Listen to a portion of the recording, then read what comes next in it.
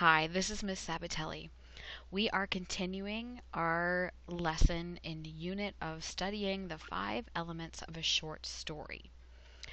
Your vocabulary video introduced you to all 5 of the elements: plot, character, conflict, theme, and setting.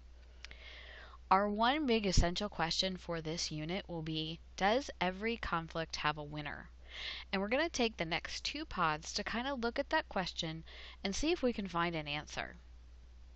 But for the purposes of today's lesson, our objective is going to be all around setting. How does a setting shape a plot? And we're going to take a look at how it interacts with characters and even the conflict in a story.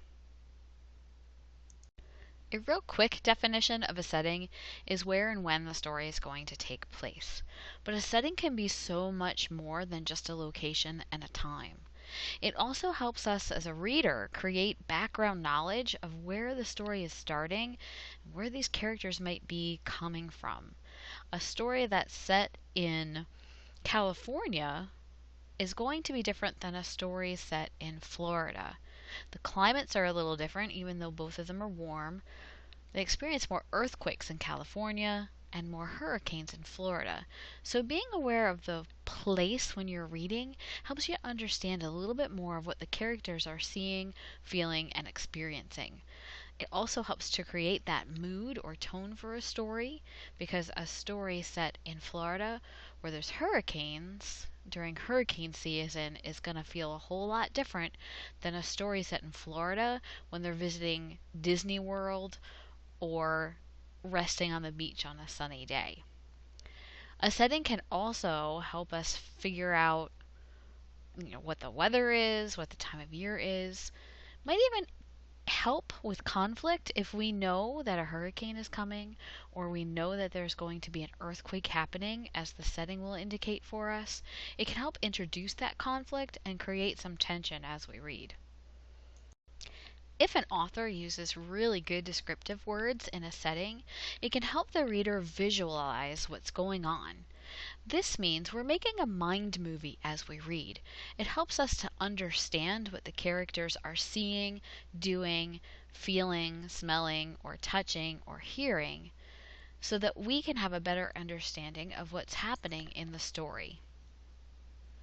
Take a look at the picture on the screen. Which setting paints a better mind movie? The one on the left that says, "The big castle was beside the water. It was very foggy and smelled." Here we have some descriptive words such as big and beside. We know it's next to the water. Foggy, we can picture a lot of clouds. And smelled. Well, does it smell bad or good? So with the description on the left as a setting, there's still a lot of questions that are there for the reader. If we look to the right, we can see that more descriptive words were used. Let's read and see if we can visualize what's going on. The waves crashed loudly against the shoreline. The fog lifted lightly and the medieval castle came into view. It was a beautiful sight. The fog brushed my face and I could smell the smoke from fire in the distance and taste the sea salt on my lips. Here the author uses more of our senses, gives us very detailed descriptions of what's going on in the story around us. A setting of a story can tell us so much more than just place and time. As you can see by this web, there are many details that come under those 2 categories.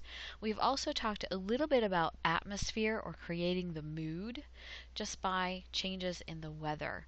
As the fog lifted, we can kind of visualize in our minds that the sun was shining on the castle in the picture that we were looking at. Sometimes the setting will also affect a character's word choice or feelings. If it's a rainy day, the conversation might focus around rain and clouds.